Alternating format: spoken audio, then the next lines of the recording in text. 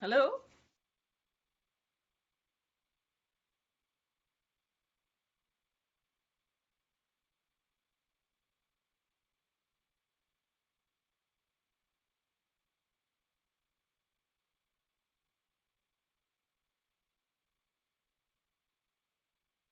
Hi, Laura. Hi, Maureen. Oh, okay, so you're seeing the screen still? No, not now. What did you touch? I Anytime, think that anytime. when Are you I seeing think it that now? when no, I see I see it now. I see it now. Okay. When you move your mouse, it seems that you go out of the Hi, sharing. Laura. Yes, Maureen, I see it now. Okay.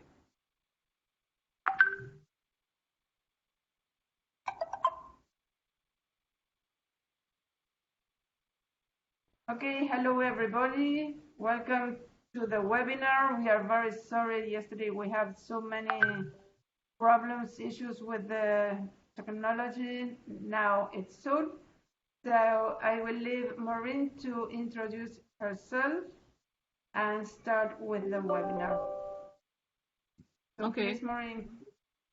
Thank you, Laura. Good afternoon, everyone. And we do apologize for yesterday's technical difficulties.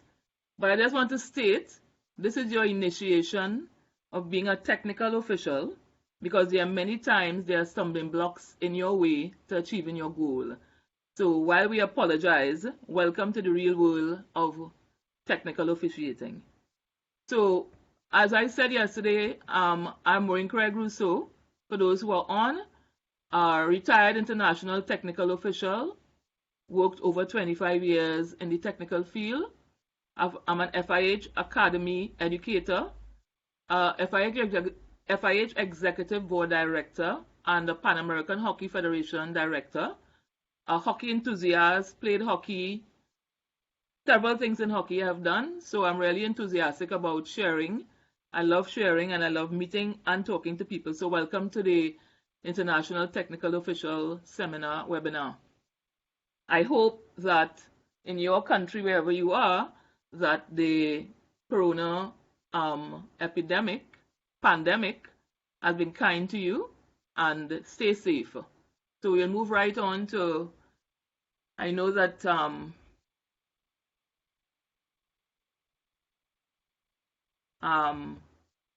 so we go on to our talking about the type of tournaments that are held in hockey generally.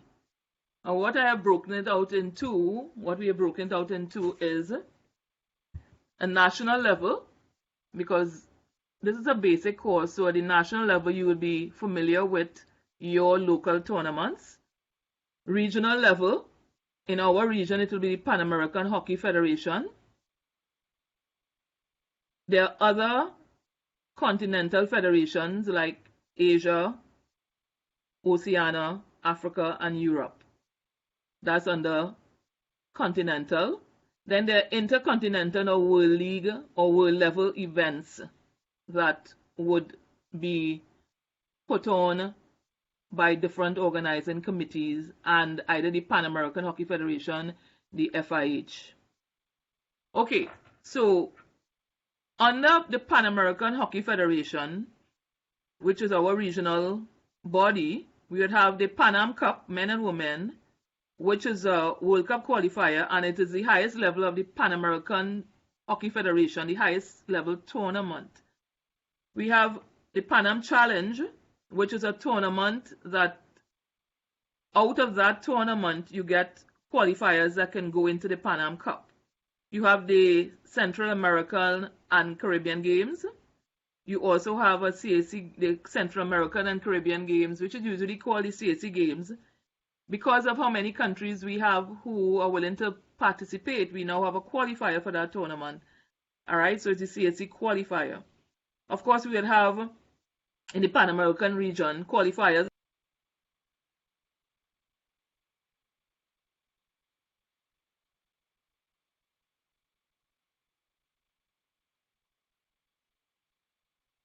tournaments, and other regional tournaments that we have started in the Central American developing countries.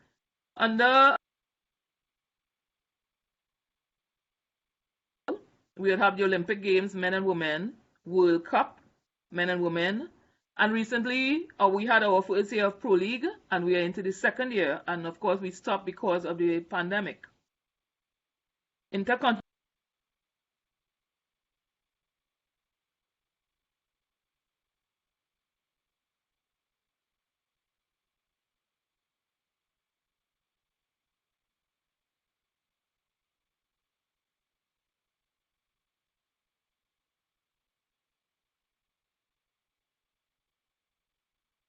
Recording is on. Okay. I don't know what went wrong there. We lost you for a minute, and we lost the presentation.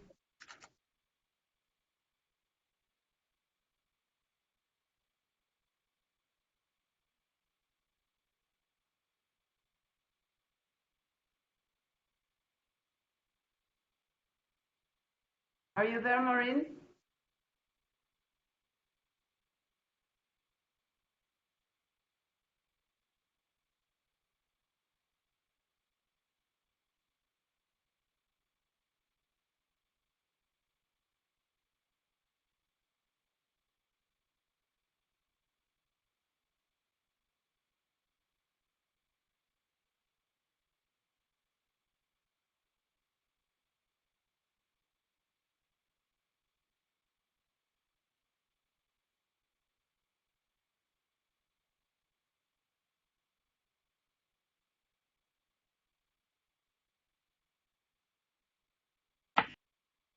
It's up now. Maureen, are you wired today? Hello, are you hearing me? Yes, we are Are you now. hearing me? Yes. Yes, we are now. Maureen, are you wired? Are you hearing me? Yes. Yes, Maureen, Okay, we are hear you seeing the screen? Yes, we are. Yes, I see it now.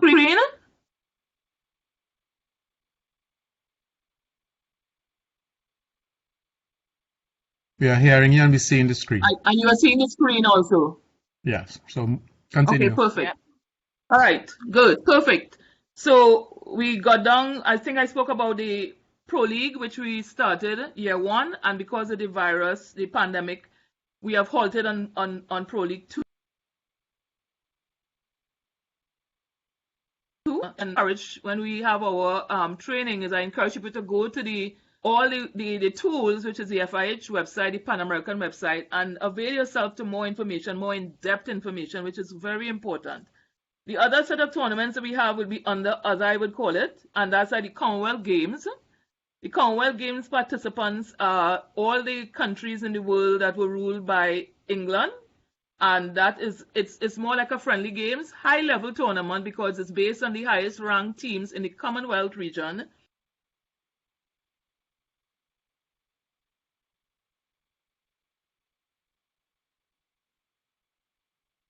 World Cup, and of course para hockey that we are looking to start because para hockey is important, and Argentina has a lot of athletes who play in this tournament. While it's not official, it is something that is coming up.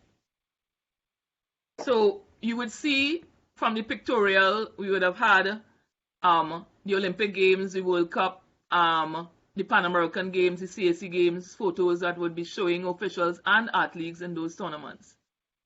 So we have quite a bit of tournaments for athletes to participate in, and it also means that these tournaments, your introduction to technical officiating, you can see the opportunities that will come up now with all these tournaments that we have all over the different parts, regionally, internationally, when you get to that position. So then we go on to the role and responsibilities. Now, we all look pretty when we go to the tournaments. We get uniforms and it's lovely, but it's not, this is just the surface of what, as officials, we deal with. And many times the photos that you see is where we're having fun and after the tournament, but it really entails a lot of work. It's a team effort. And as a technical official, you're going to be working with several teams, and all of these teams, all of these officials make up the entire tournament or event that we'll be putting on. So if you're invited to a tournament, you would meet several layers, and over the years, the layers have even become more based on broadcasting, TV. And it's really a big team that we need to have a lot of teamwork as a technical official. As a technical official, excuse me, you will have to deal with, based on your level, you would have to deal with umpires, managers. You'll have to deal with umpires. You would also have to communicate with, we have video umpires who make up part of our team, the local doctors, the FIH official doctors. All these people, all these roles are a major part of what makes the tournament a complete tournament, a complete event. We stop saying tournaments, we talk about events, because it is an event really. We are putting on a showcase of our sport, and all these people make up part of it. You have the FIH official doctor, the stretcher bearers, every aspect, the physio, the team doctor, the team manager, which is such an important part of who we are going to be linking with to complete our job. Excuse me. Now, if you look at the shot that we are looking at now, you see the large with the number of media that we have based on the tournament you go to. All right, they're important aspect of your officiating also, because you have to know the rules, you have to know where they come in, you have to know what is their role, you have to know where they could work from, and in many instances, based on your level, you have to actually interact with them.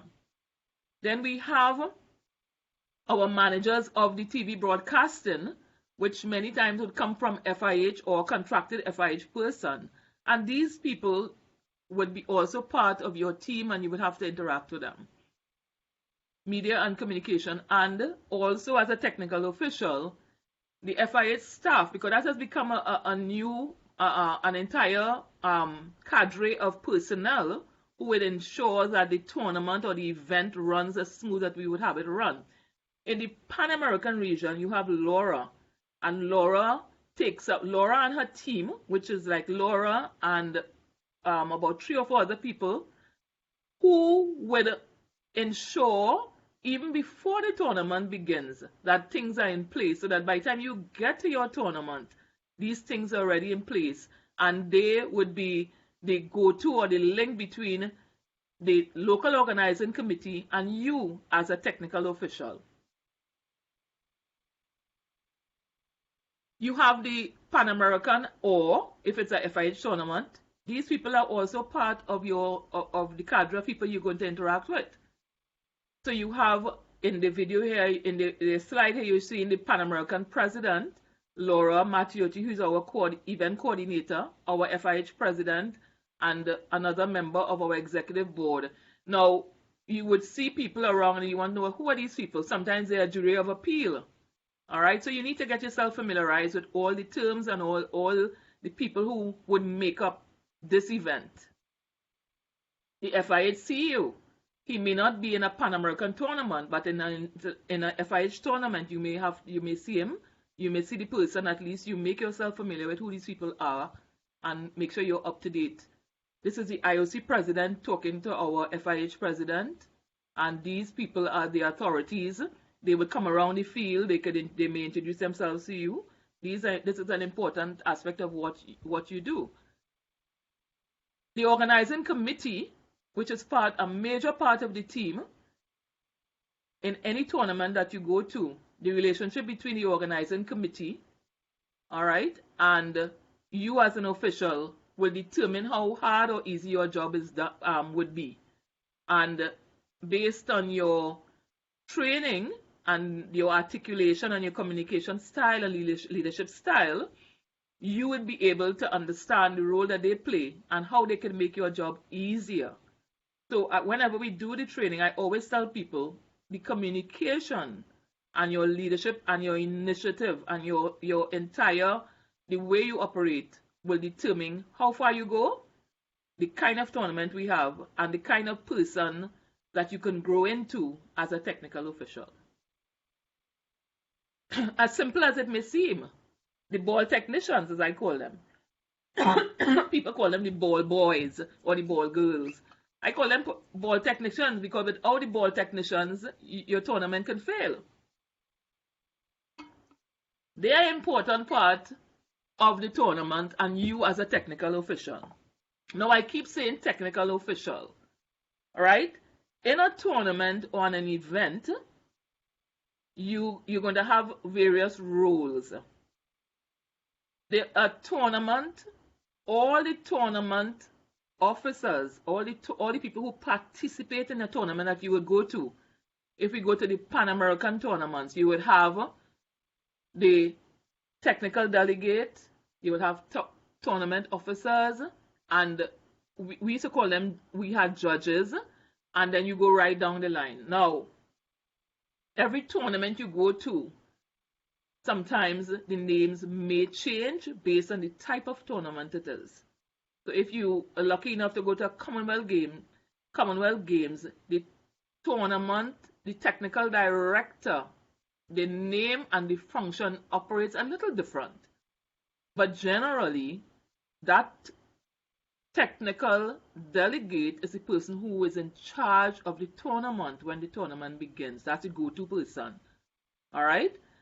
The field of play people who work to ensure that the field is ready, that the pitch is wet enough, that everything is supposed to be there to have an international tournament, that it's actually there. And they make up an important part of the team.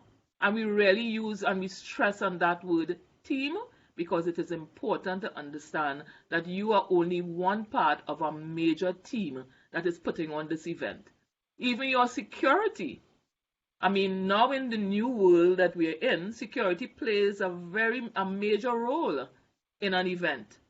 There's security that guards the dressing rooms of the officials, the dressing rooms of the players to ensure that no one would go in there that is unauthorized. Then even the spectators, it's a major thing. Normally when you go to a big tournament, after one session of games, they clear the entire stands and you see dogs going through to ensure that there are no bombs or whatever there may be. And all these people are an important part to make the event what really this event is. All right? And when you come down, you would see as an event, we have entertainment. You know, we have entertainment to capture the crowd. We have people who work non-stop entertaining the spectators while the half time or every little opportunity that they get to entertain the crowd. And that makes the whole ambience of the event a really enjoyable one. And then at the end, you have your people who deal with the medals, giving out of the medals in big tournaments. It's a big job, right? It's an important function, and it's very consistent. Through if you go to a multi-game sport, a multi-sport tournament like the Commonwealth Games, the CAC Games, the Olympic Games, and the Pan American Games, it is consistent. The prize giving session is consistent in every sport, and hockey being part of that would have the same level. And you have the behind the scenes, the people who do the technical work, because you know now we have video umpiring, so that you have cameras all over based on the level of tournament, and this is what they call on. These are the people they call on when you have to have a video referral. And so this, you might not see the person walking around, because from the time they get to the field, they go to the room, and these are the people who play an important part in what we do. As a technical official, you would understand, as you go along in your career, you will recognize that the team manager on a team is your best friend. When I say best friend, that person is the person who you're going to be liaising with on the field, off the field, and for anything else that the team would require, that we will require from a technical point of view. And it's very important that you understand your role when you get into these tournaments, then you read up on all your regulations, how important the team manager is. So in this slide, you will see you have the coach, the assistant coach, the team manager, the doctor, the physiotherapist. All these are team officials, right? That is officials for the athletes. But as I said again, your role with the team manager is important to bring the whole thing together. So we go on to what does it mean to be a technical official really? Because people usually will see us running around, and if you are not really on crawl with what happens, you don't know what are these people doing? Why are they sitting at a table? What are they doing? Why are they going to the team bench? You know, I would encourage the people who are now starting off to go to the regulations, go to the tournament, go to the FIH page and the Pan American page, and you see under events, you would see they have an entire section for tournaments. And I would encourage you to read up on all the information that is, all these tools that they're being provided to you. What does it really mean to be a technical official? I mean, apart from the fact that you get into travel, it's a lot of hard work. It's a lot of sleepless nights for the 2 weeks or how many ever days the tournament or the event will run for. And it is important that you understand that you didn't come on a vacation. You came as part of this team to make this tournament a success. That's very important. So you will see from our photo on this slide, you will see people having to bend, having to stretch. Sometimes if it's a warm country, you are sweating because you have to do the work. You have to ensure that all the equipment is at the standard based on the rules and regulations, that all the athletes who are participating are allowed to participate based on their nationality, based on their age restriction. All of those things would make a part of what you do. You really have to know that you're coming to the tournament to work. And your whole attitude must be that of using your initiative, being a team player, having very good communication skills.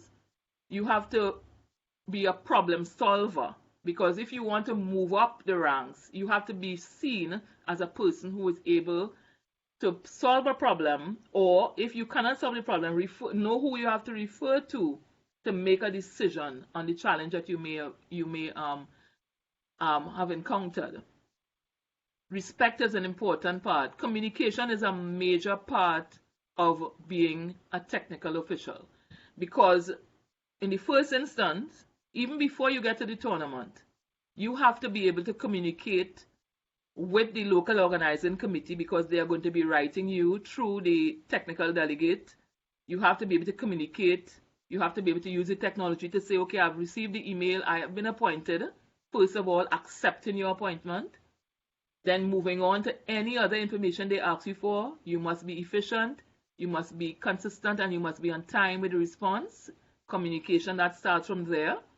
And as you get to the tournament, the communication becomes even more important, because now you're looking at communicating and working with people who you have never met before. It is the first time you're meeting these people. And they are from different backgrounds, different socio-economic backgrounds, different language, and you have to room with people. You may have to room with someone based on the level of the tournament. Your communication skills is important. When you get to the tournament, actually on the field, your communication skills with reference to, based on your role on that day, to communicate with the manager is important. Your communication with your technical officer, major. So that's a major part. I always stress on the importance of communication. Respect, of course, it's important to respect people's religion, where they came from, what they're about. All these things are major. The rules and regulation and knowledge of the rules and regulation this is I cannot stress it more. This is the most important part of who you would be as a technical official. If you do not use your initiative and go even before you're appointed, because rules are changing, the environment is changing, and you have to go and you have to read your rules long in advance. You have to know, you have to be on the cutting edge, as I always put it. You have to know the regulations. You have to know the job. You should know the job of each person in the tournament, from the manager go right down. So you have to know the role of the manager of the team. You have to know the role of your technical delegate. Know the role, your role, which is most important. The role of the tournament. Of all these things are important so that you could understand and you could know what context you are in the tournament. You would know when to step back. You would know when to proceed. You would know when not to overstep your responsibility.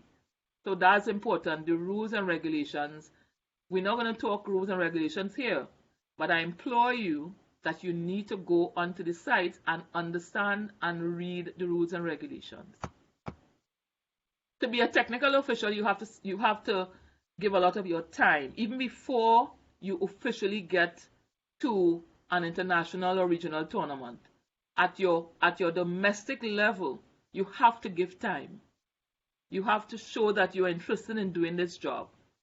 And in my mind, this is the start as to how you would turn out as a technical official. The support that you give to your local, your domestic league. All right? That is important. You also have to take time off. Many times over the years of people who are on participating in this call, when you have to go to tournaments, you have to take your personal holidays because people do not, your employer may not recognize it as time off for national leave, and you have to use your personal holidays. So you have to be prepared to give something. Sometimes you have to sacrifice and spend money because there are some tournaments that you have to, they give you board and lodge, but they may not pay for your ticket, and your national association may not be able to afford it. And you have to determine, how bad do I want this? If I really want to get into this field, I have to put out, I have to sacrifice. And of course, you're representing your country. That's a major thing because everything that you do, if you go on, when you're appointed, every sheet you see, Maureen Craig Rousseau, Trinidad and Tobago, or whatever country you are from, and your name is up there so they would know what country you're from. So you have to represent your country with the utmost respect. As a technical official, you have to prepare to do what is necessary to ensure that the game that you're working on and or any other game is started on time and completed in an efficient way. So you would see a photo of some people doing absolutely anything that is required. And sometimes I've experienced where, as a technical delegate, I have to go on the field and sometimes in emergencies help them clean the field. So you have to prepare. It's not to say that, okay, that's not my job. Sometimes it is necessary for you to jump in there because it is urgent, you're required, and you have to use your initiative. So you would see that we have people watering the field.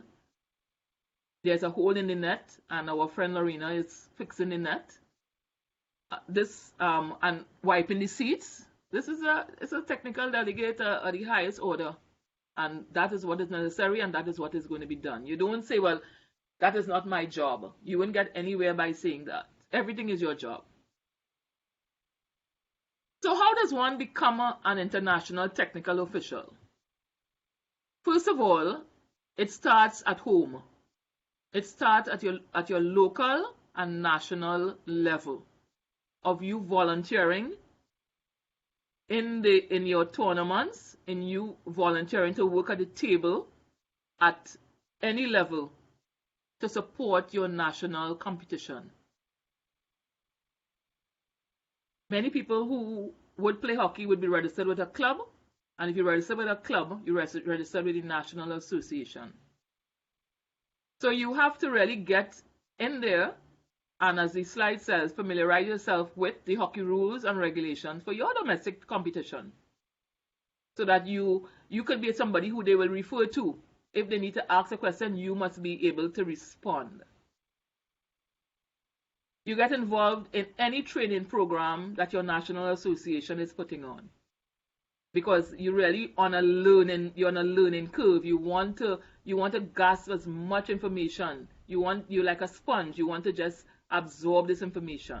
You want to be able to understand what you're doing, why you're doing it, why somebody else is doing the job that they are doing, right? So volunteering at the local level, very important. So that's how you start. And if you show the potential and the people recognize that you're important, you understand this role as an important role, you know the rules, you use initiative, you're responsible, your national association will register you, and these are the tournaments you can be registered under. We have continental tournaments, and if you are starting off, you're a continental trainee. And under the in the Pan American, we have several levels. So you have different courses that you could attend, and they will all be advertised on the Pan American website.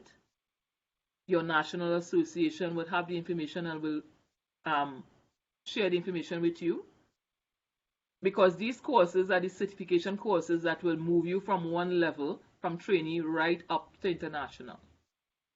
So as you participate in these tournaments and these certifications, even at the certification level, you may need to spend some money. They may have a certification happening in another island or in another part of the world in your region that you may have to put out some money to go to it, because your national association may not be able to afford it.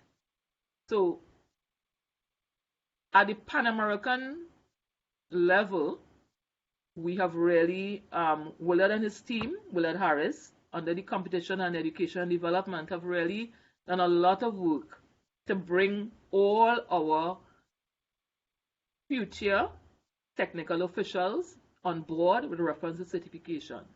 And keep your eyes open for these certification courses. So under development as a technical official, as you coming into the technical official arena, we have these levels of continental trainee, continental promising, continental level. Then you have the elite development continental, and then of course the elite, continental elite. These are all steps in your growth as you move on from strength to strength.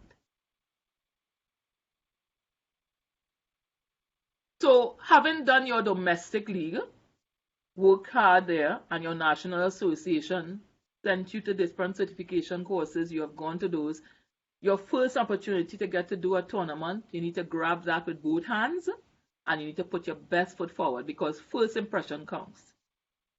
You're appointed to a tournament, doesn't matter the level, you go to that tournament, and you go, as I say, you go to impress. You go to ensure that this is somebody that I can have my eye on, because the person, they're respectful, the communication is strong, they're willing to learn, they're a team player, all those things, and you move from strength to strength. So then eventually you get from the level of trainee, moving right through the ranks, you get to the international level, right? And you're appointed to a FIH tournament.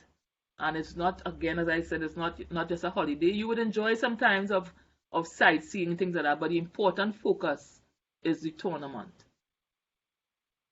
So a local technical official at a domestic level, at a Pan-American or continental level, the work is so different at an international level. The management skills that are required is at a higher level, all right? You'll be working with people who would have gone to many tournaments, and they are from different continents. They are from, you might meet somebody from Asia, Oceania, Europe, Africa, all right? And all these people in their own neck of the woods would have gone through various training and certification just as you would have. And they would have had different levels of experience if you have gotten to this point, just as you have. And I always encourage the Pan American technical officials. I always say this to them. When you go into a tournament and you've been appointed you go in confident and strong in the knowledge that nobody knows more than you.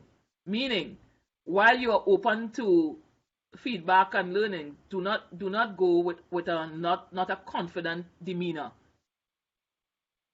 We won't be overly pushy, but I'm saying there must be a balance between your confidence, your openness to learning, and the fact that we have trained you well and you have done your homework. And that's the kind of demeanor I will encourage anyone that is coming from the Pan American region to go to a tournament. That is what you're going in with. Okay? You're not cocky, you're not arrogant, but you're knowledgeable. Okay? You're going to be, of course, now at the Pan American and domestic level, you would have been dealing with less people. When you go into an international tournament, you're dealing with the whole gambit of what I showed you before. Event coordinators, doctors, media. Then you are now dealing with high-performance athletes.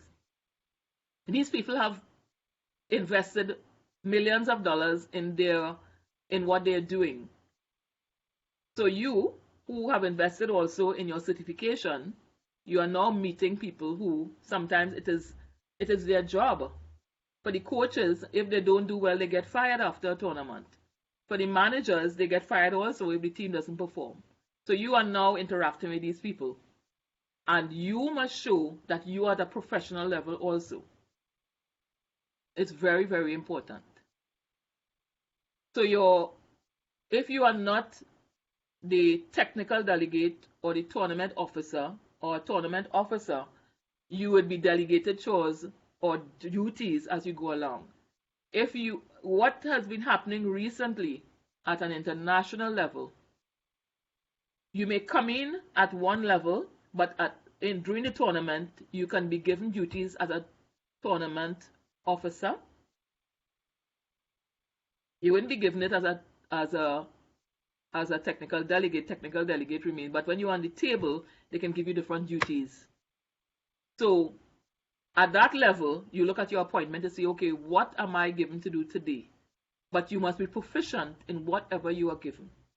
So that when you go to a tournament, they will usually train you on the clock. Every clock is not the same. Every scoreboard is not the same. You must master those things so that when you are given that duty that you have done it, you are doing it well. All right? You are meeting the local organizing committee, you're going to be interacting with them because you may have to talk to the person who wets the field. You may have to talk to the ball technicians, you may have to talk to the security personnel. All these things, all these people are who you're communicating at this level, at international level.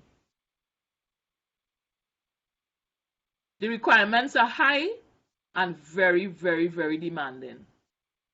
If you go to a 2-week tournament, you need a rest at the end of the tournament because every day something new happens at this level. And you must be prepared to deal with your team, with your technical team, to solve these problems. All right? Very, very important.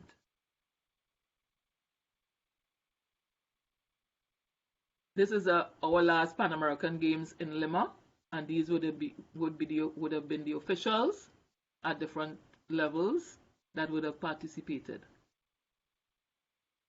And they all become one big family at the end of the tournament because it's like you are dealing with them for 2 weeks, 10 days, day in, day out, different levels. Oh, I didn't realize we gotten this far. We are on to questions.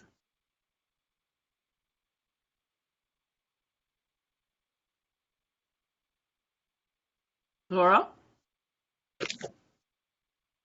Hi, Maureen. Hello? Maureen, Willard here. Yes? Could you just give like some examples of as a appointed technical official at an event, and the TD gives some examples of what sort of additional or even increased duties you might get. Like for instance, I would just give one example. You have to deal with colors or. Okay. All right. So I know this is a we have to, it's a basic course, but I'll go into Yeah. some details based on Willard's request, right? So when you are appointed, even, and I will go from the Pan American because it's a basic course, I'll start from the Pan American. So you're appointed to a Pan American tournament. And of course, you met your technical delegate and your tournament officials, and then, so your next duty would be, okay, the team would now have to go and check the equipment, and equipment includes not only the physical equipment, but you're looking at passports and things like that. So you, as an official, could be delegated any duty to do. You can be given to check equipment with reference to measuring of the physical equipment, of goalkeeping equipment, of the sticks, uniforms, meaning that you follow the regulations of the uniforms, the colors.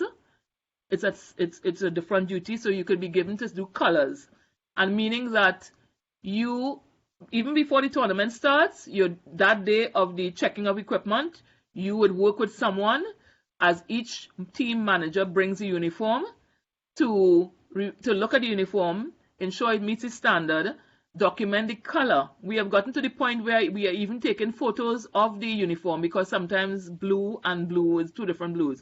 So you would be delegated to work with someone to deal with uniforms or equipment or passports or anything. So those are the major things that you could be delegated any one of those duties. And you must know what is required. Meaning, if you're given the duties of the passport, you must know you're working with somebody else. Suppose that person doesn't know what are the rules and regulations around passports and the nationality. You must know that. You must have your rules either in your brain or at hand so that you can know what is happening. With reference to colors and all those things like advertisement, knowing the national colors of the country, knowing how they're using it, those are things that you must know. So those are some of the things that Willard is referring to in a tournament when it starts. And even after the whole checklist of the briefing, all right, the briefing is an entire function is a very important aspect of the tournament, because it is at that meeting the technical delegate is going to indicate to the managers how the tournament is going to run, ensure that all the documents are collected, because that's another duty. You could be given the responsibility to collect documents. What do these documents mean? What does the document mean? It means that you ensure that everything that was supposed to be signed under the code of conduct and all those things are collected, because a lot of these things now are done in advance. You have to send these documents in advance. We're using technology, but you might be given that responsibility to ensure that all the documents are in. And take my word, when they give you the responsibility, you have to do it efficiently, meaning that if something is missing, you must be able to document it. You must be able to indicate to the technical delegate, I'm missing this, but I'll get it tomorrow. And you have to follow up tomorrow to make sure that it's in. Always ensure that your job is fully completed. All right? The other part of it, now that we have time, it's just 3:43. Okay, so that's the briefing. But during the tournament, you could be given the responsibility of doing colors for the entire tournament. And you have to work with someone on the technical team to decide, okay, what colors are we giving each team on any one day to play in? Now, this is a job, it may seem very simple, but it's a very important job. Because, one, you have to ensure that when you do the colors, they're not clashing with the other team. And we have started from years now, we did with the umpire, but I think there's a whole new thing now, but we still don't want them to clash. You also have to ensure that your communication with the manager, because another manager will tell you, well, I could not get this strip ready for today. Can you please change my color for tomorrow? And you have to be able to communicate with the manager to ensure that you have a good relationship. So while it's a responsibility, it might seem simple, it's a very important responsibility. You could be also given any responsibility from the technical delegate. They may tell you, okay, you and somebody else is in charge of appointing technical officials over the tournament, meaning that you have to ensure everybody gets equal amount of games. They're talking about your own team, so that you have to ensure that the tournament officer is appointed, the person who is doing clock is appointed, the person who is doing TMS is appointed for your appointment sheet, and that might be your responsibility. So those are I'm showing you the different levels of responsibility that could be given to you at any one time in the tournament. And there is no way, I mean, I have done this for years, over the year, I mean, I retired for a little while now. But to say, well, I don't know how to do that, or I can't do this, those are not words in your vocabulary when you get to a tournament. You find a way to do it. You find a way to do it. So that's why I'm saying, when you come to the ranks, you have to really use your initiative. You have to really push and know. I always tell people, you have to know more than is required in your normal function. You must even know what Laura Mattioti does. You must even know what does the competition committee chair do. Those are things that you must be aware of. You must be so knowledgeable that you could understand what is happening around you. Don't just say, well, okay, I am a judge, or I am a junior person, and I'm now starting, so I only need to know my job. No. You're not going to get anywhere with that. I know I've said a lot, but I think it's important that, good question, Willard, that we stress that. And you must put this type of behavior. Let me just recommend. If you start off with this type of responsible way, respectful way, initiative using, good communication, good leadership style from home at your domestic level, you would not have it difficult as you go through regional and as you go through international. So you must start off your whole career. As I said before, remember I always say, I would say to you that the first impression counts. The first impression of how people see you is very, very important. Thanks, Maureen. I can go on with some other things that because we finished so quickly that I think is important. There's a question online. Questions, Laura? Yes, Maureen, we have a question from Yes. Alison. Is there any age requirement which may impact my technical career? Okay. And I'm smiling at Willard. Okay, so generally, and Willard could confirm, at the domestic level, I will start there. At the domestic level, no. At the regional level, somewhat. At the international level, certainly. And over the years, I'll just give a little history. People would have been doing technical official. I remember going to a tournament in Spain, and the person I worked with was about 80, and she slept at the desk at the technical table most of the times, and I had to nudge her when things are happening, but she was the person in charge of, she was the highest level person on the table. And at those times, people at 80 would be doing tournaments, and I'm talking about world level tournaments, all right? Over the years, the Pan American and the FIH has done some shifting, and they usually encourage national associations to start with people at their level as early as possible.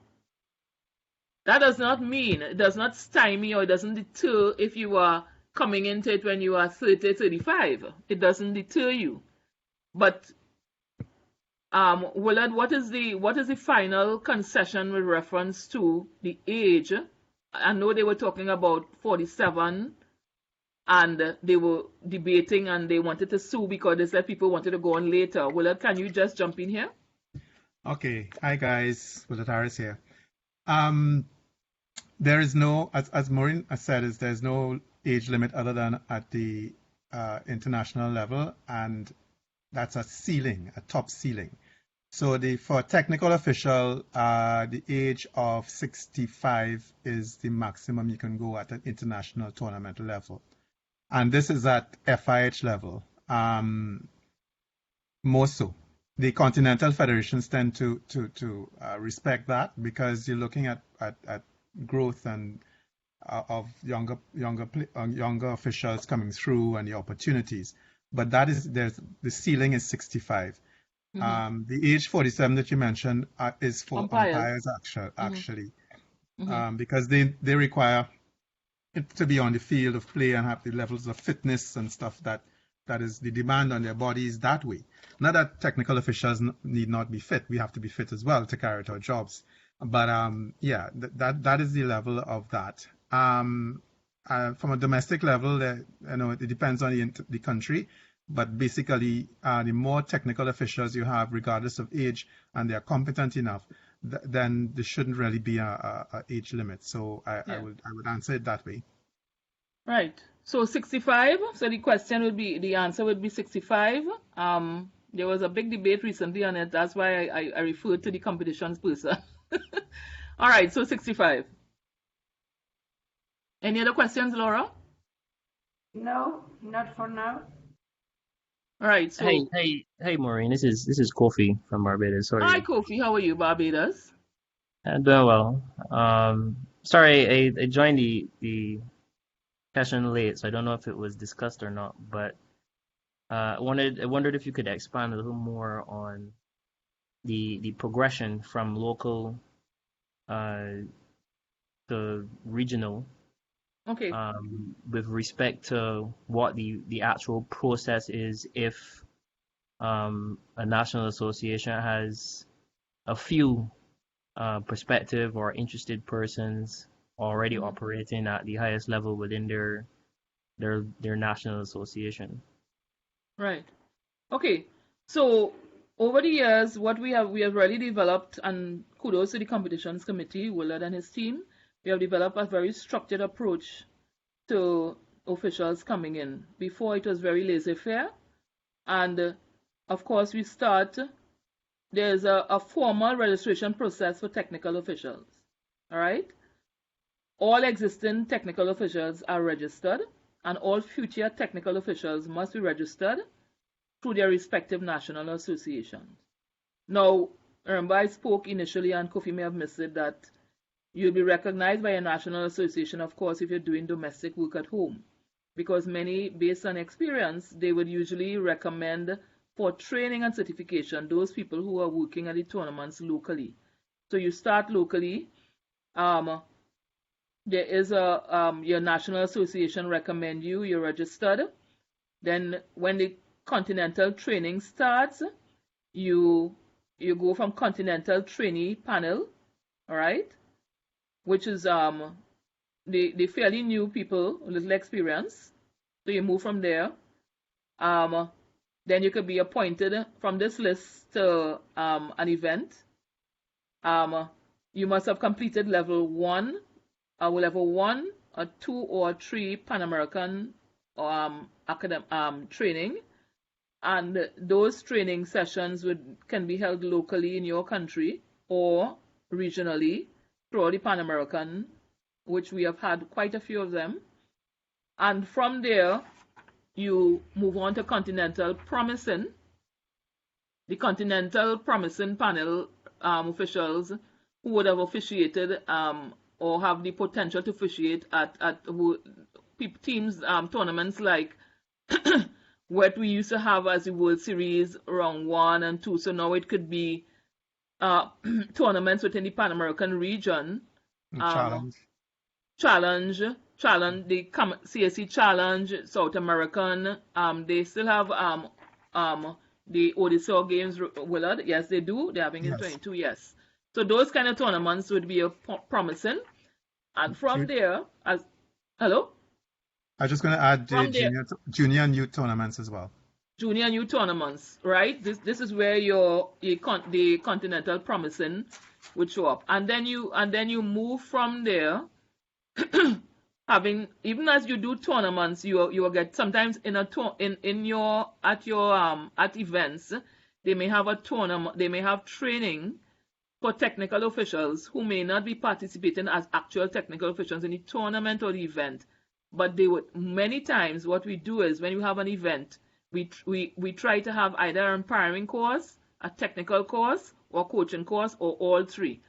And this is where I was encouraging you all to ensure that you get into certification processes, and this will be one of the ways, right? You keep your eyes open. So after moving on to Continental Promising Coffee, you go on and you have mastered that, you have gone to tournaments, you have done well, you go on to Continental Elite or Continental Development and Continental Elite Development. And this will comprise officials who have the potential to officiate at FIH tier levels 1 and 2 world tournaments or Continental Federation tier 1 events like our Pan American Cup. All right. Regular courses for all level of officials are put on by the Pan American for all the different levels. And all you have to do is keep your eyes open, talk to your national association, or you can contact. I know sometimes there's a gap between the communication with the national association and the technical people. I would recommend always have a demeanor to get along with your national association. And I say this with not being that you don't have a principle to stand by, but it is always better. It's always better to have a positive relationship with your national association and a negative one. Because I can tell you, if you have a negative one, we are humans. People like to deal with people who they comfortable dealing with. So it's not that you're breaking any of your principles. I'm just saying I always recommend to people, try to have an open communication. Try to have a positive relationship with your national association. Show them that you're willing to help. And of course, everything else falls in line. Sophie, I hope that answers your question. Maureen? And there is a actual, on the Pan American site, Willard, you could confirm there is actual forms that you can register. Yeah, When it's you have online. participated, it's online. When you have participated in a tournament and you are usually given a performance appraisal, okay, and a recommendation on that. And as long as you have done well and you have given a certain level performance appraisal, you move on to the other level because you'll be recommended from that tournament to another level based on your performance appraisal. That's it. This is extra information. Just to clarify one thing that, in terms of what I heard Kofi asked as well, is that if you have other officials already in the system, how do you promote other younger ones? Am I correct, Kofi? Yeah, that was part of the question. Yeah. Okay. So if you have how you get younger ones into the system, am I correct in understanding the question? Yeah, and that was a natural Right. follow-up. So you look at, okay, they have worked at domestic level and you're trying to get them into the system. You continue looking for certification for them, and you're looking for the next tournament that at their level, which will be the Continental Trainee Panel. You're looking to get them into one of those tournaments so they can start to officiate. And you get that through your national association registering them and dealing with the competitions committee to ensure that indicating to them, I've filled out a form, this is their certification, this is the tournaments they've done at home, and I want to recommend them for Continental Trainee Panel. And from there they could be appointed to a tournament at that level. Just want Okay. to add to what Maureen is saying to strengthen it as well. If you're part of a national association, in this regard, wanting to have more people come on, we have limited amount of opportunities going forward. So if your current people on board are operating at a Pan Am Games, Pan Am Cup level, you should be trying to blood new younger officials. So that while they are developing, and whilst your senior ones are developing and moving up the ladder, there's continuity coming through. Sometimes the people that you put up may not make it, or maybe you can see, or you'll be told that they cannot go any further. They've reached this level and they've plateaued. So as a national association, what we're encouraging national associations to try and do is to look at their officials, do some self-assessment, get some feedback as to where the potential lies, and in terms of you bringing on others. And that's how it operates right now. There's a lot more to it in terms of our grading and assessment of officials, but that's for another time. I want to make another point of opportunities that you may have for your technical people. There are a lot of invitational tournaments all around. There are examples would be like you send your people to do a Big Apple, a California Cup, even locally, even in your own country, you have tournaments. Then you have things like the indoor. People have national associations hold indoor. Guyana has an indoor tournament. Trinidad and Tobago would have different tournaments, Big Four. You communicate with the national association and you show that, okay, I'm willing to pay my airfare, just give me board and lodge, and you push your people to go to these tournaments, and it really adds value to their growth. Question Okay, from Marlon, but I think that it has been answered by you and Willard. Marlon, are you okay with the answers?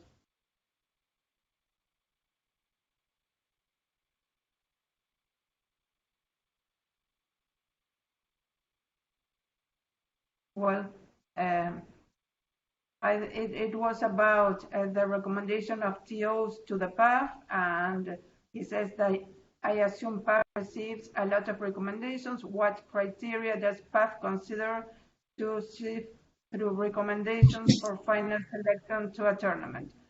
So it has right. been So we would have answered. responded to that Yeah. with reference to. I hope that would have answered the question, Marlon. Or do you want us to go further?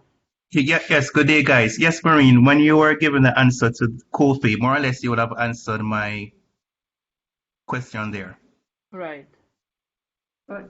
Right. So just two follow-up questions from me again, Maureen. This is Yeah, that's Kofi. okay. So you mentioned courses there and courses being hosted, around the region to help with the formal educational side of development as a TO.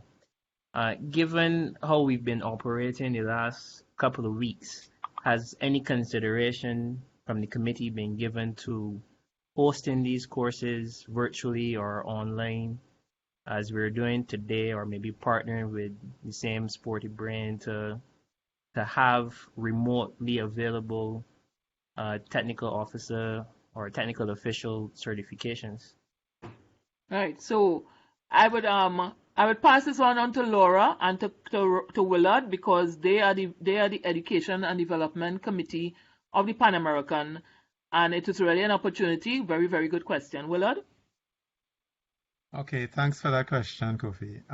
Yes, these webinars actually serve as part of the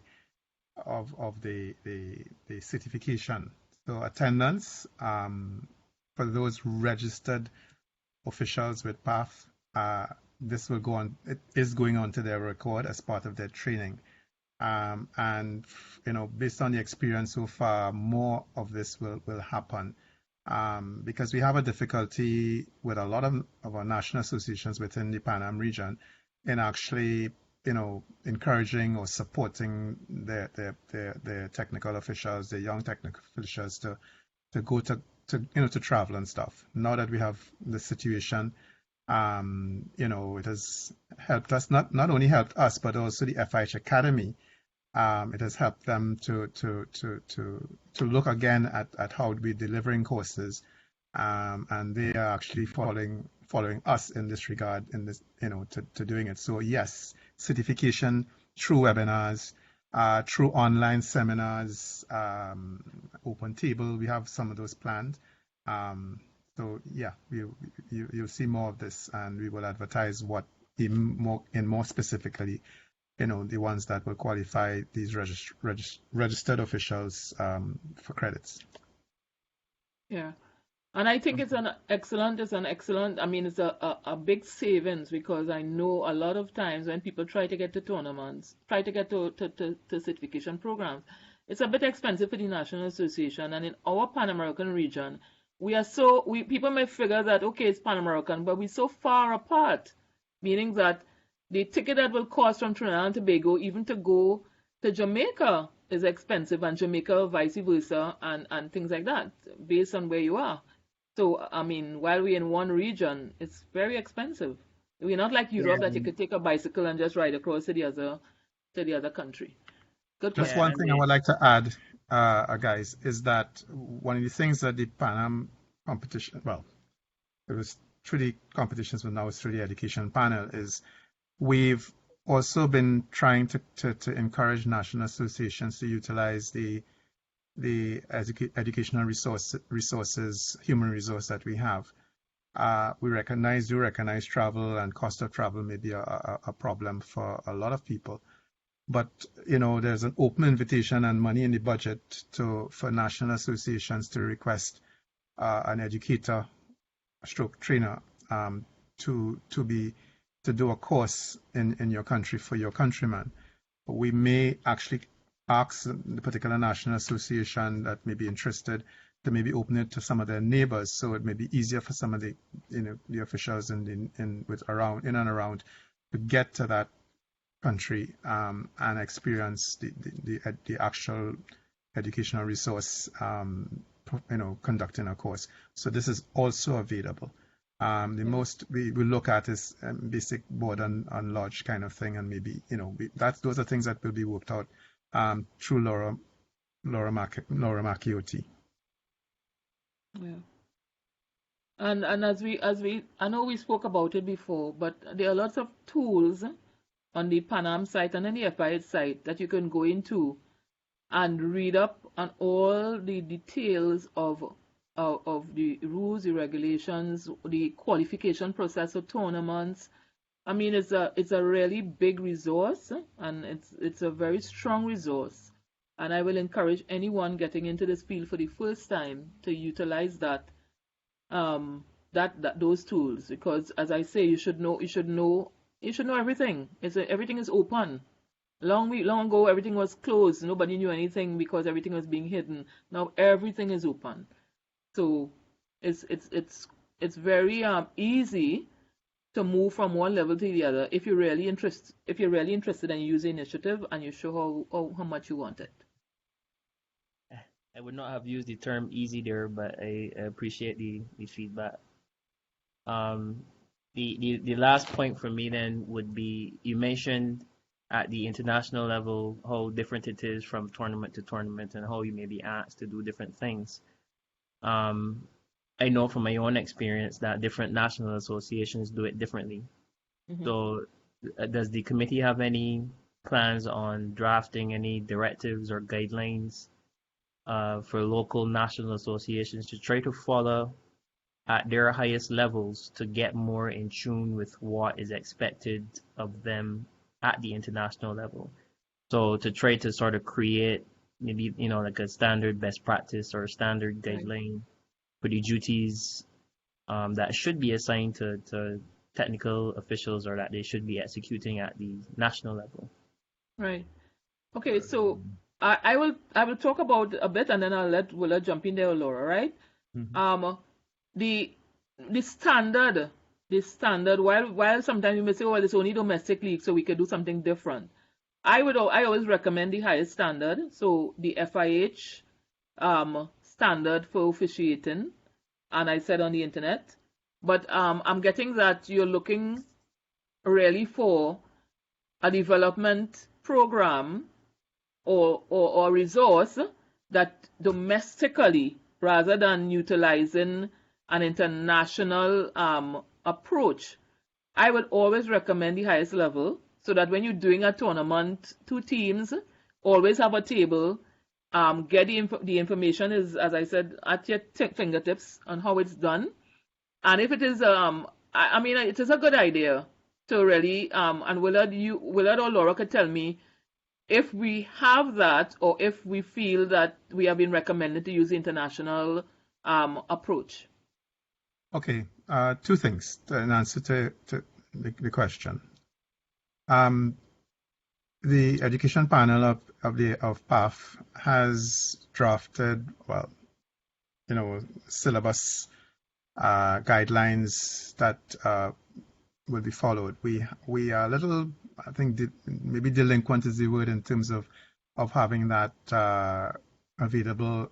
Certainly, it should be on the PAF website, but we've been trying to upgrade the PAF website and maybe have held off in putting some of these things on. But it is available. And as I said, it will give you a guideline as what we are looking at from a PAF educational panel. From in the FIH level, the top level, so to speak, we are guided by that as well at the PAF level. And the FIH Academy, to which we have several educators and trainers, we are also trained to provide a national association with guidance in terms of if they want to develop a local program, considering what happens in the country. We wouldn't just say, look, here is a plan and you implement it, because each country is different. Your culture is different, everything like that. So, and we've done it in Uruguay. We've gotten requests from Paraguay. We've been doing it there, even in Peru to a lesser extent. So, it's available on request, and we can have dialogue with you offline. Right. Yeah. Now, Kofi, I'm hearing that from the level based on what you're asking, how does Barbados operate with reference to the technical people? How do you bring them in? How does it operate domestically? For your technical people, I just want to get a touch of what is happening. Well, in Barbados, for a number of years, we've always operated at each divisional level with a technical desk and assigned technical officials. So there's a local committee that deals with that. Justin, who's on, is also part of that committee. And for each game in each league or each division, 2, sometimes 3 technical officials are assigned for each game. Gina, as you would know, or is also part of that committee, and she assists with sort of training, development, and direction for the technical officials that we have now, and for their assignment and getting feedback from them and that kind of thing. But we always get questions about progression and where it can lead and that kind of thing. So that's really where a lot of my questions were coming from. Okay. For us to be, adequately communicate that to them, because we do have,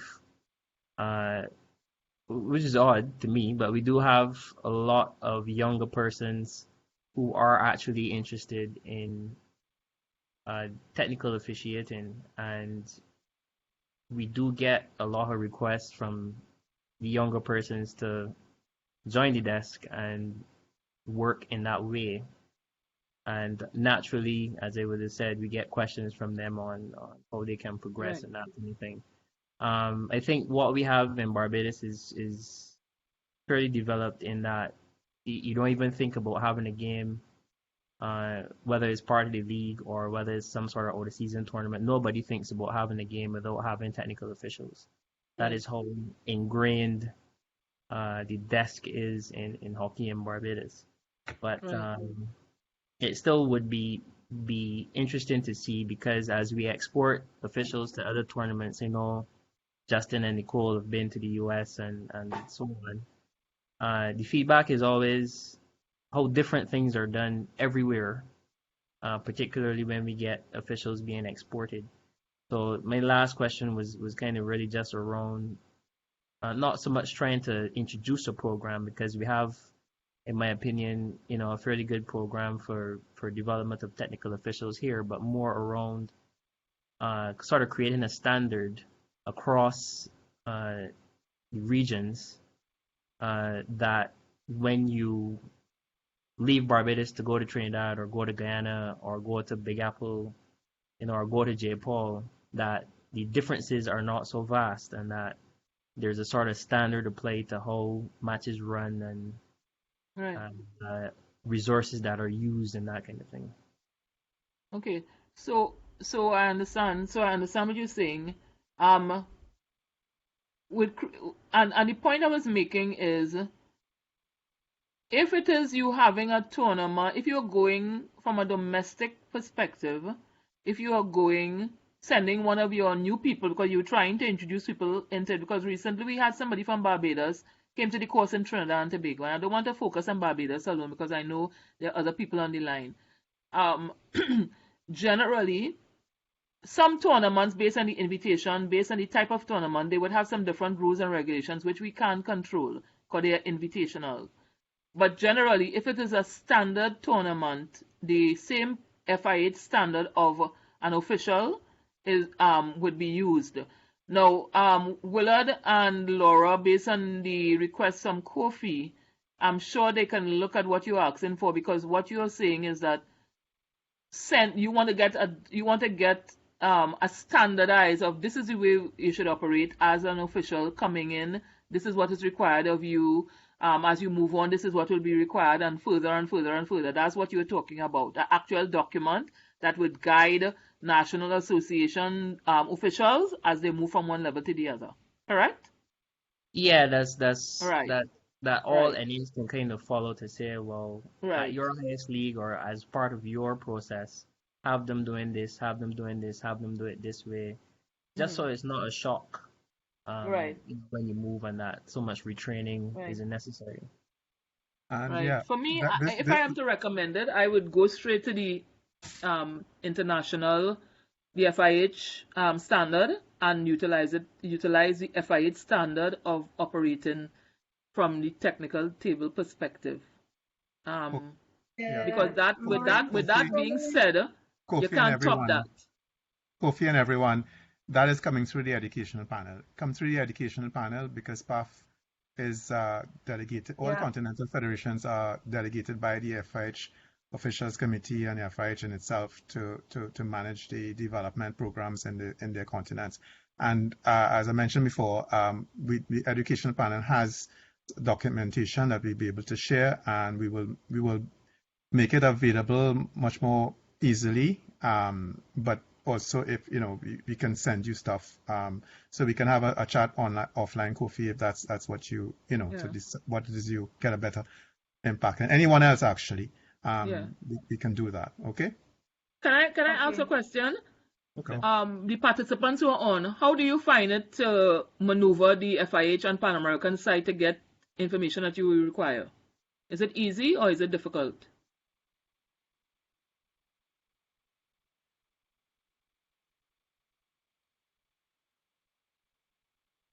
Hello? Justin says easy. Right.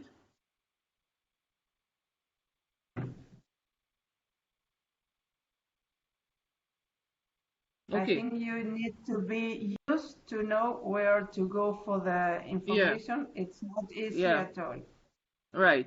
So we had a previous question that it was answered in all what you said and what Willard would say, but if you can answer it again very, very short. Sure. Kirk says, so what about the person who aren't registered and is doing this for the first time?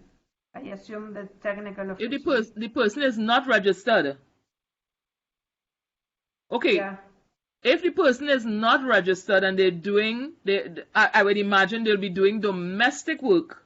They will be doing at a local level on a technical table.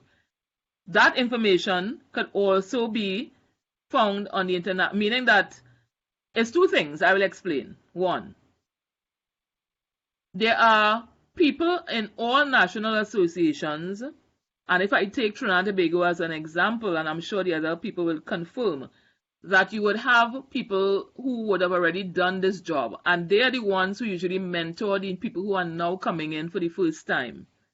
From my experience, when you're bringing somebody new to the table for the first time, you would have someone guiding them. You would have someone giving them pointers, liaising with them, showing them how to do things.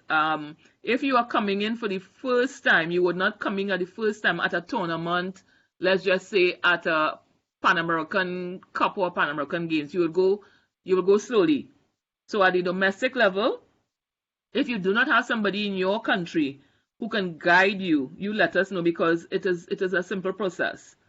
I'm trying to figure out what national association would have somebody coming in for the first time and have never gotten any experience and move into a tournament that is continental or international. So from a domestic perspective, if you come in to do it for the first time, you will be guided by someone who would have had that experience. And if not, you can reach out. If you feel at your national association level that there is nobody I can ask, I can tell you as a educator, you can reach out to any of us, and we would get information to you or to your national association.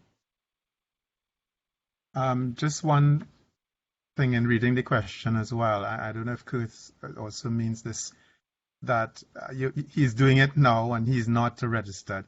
What does it mean? What does this webinar mean for him? Is that, Kurt, is that a question? Is that an interpretation of the question as well?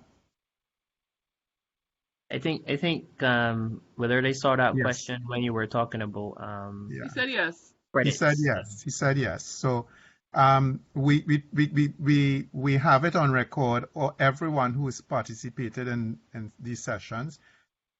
If you become registered, we will hold it to your credit. So, from a getting into the Pan Am, into the international circle, Pan Am and regional international circle. So you have attended, it's on record. When you are being registered, the registration form asks for what courses you've attended and that sort of thing. When you put that on, we will check our records and we'll be able to pull it up and put it onto your record. Okay? Yeah. And if you're doing it for the first time and they filling out the form, they probably would ask also, I don't know if there's a question on it, how many domestic tournament, what do you do it at domestic level? How many years you've been doing it? That kind of information.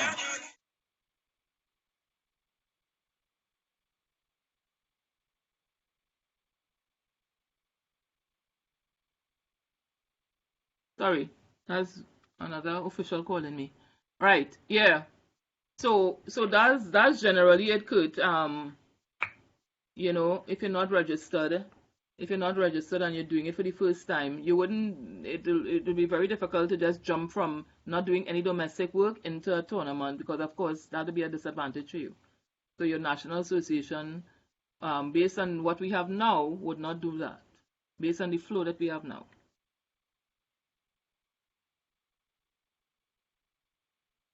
Okay, if there are no more questions, we can wrap up and finish.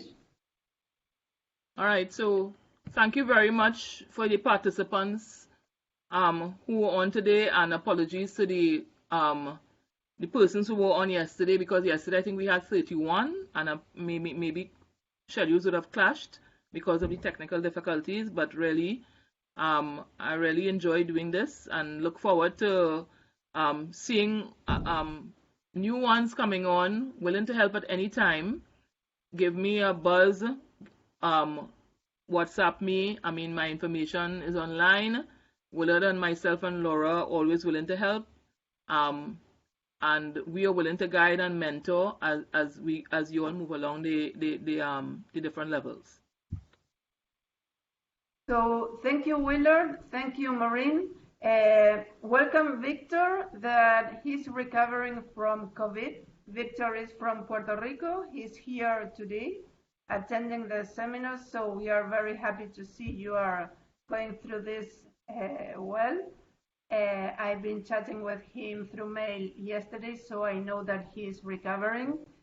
And stay tuned because more webinars will be coming. We will post them in the social media. This time I send the information also to your federations, but it usually goes out through our social media and our channels.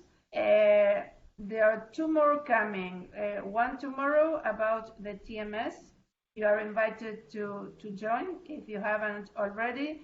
And on the 1st, May the 1st, we have another one for TOs. So you're very welcome to join us. Thank you very much for being with us today. Thank you, Laura, for the administrative work. Thank you, Maureen. Thank you, Willard. Thanks, Okay. Maureen. Thanks, Willard. Be safe, people. Stay home. Wash your hands. Stay safe. Thanks, Maureen. Bye.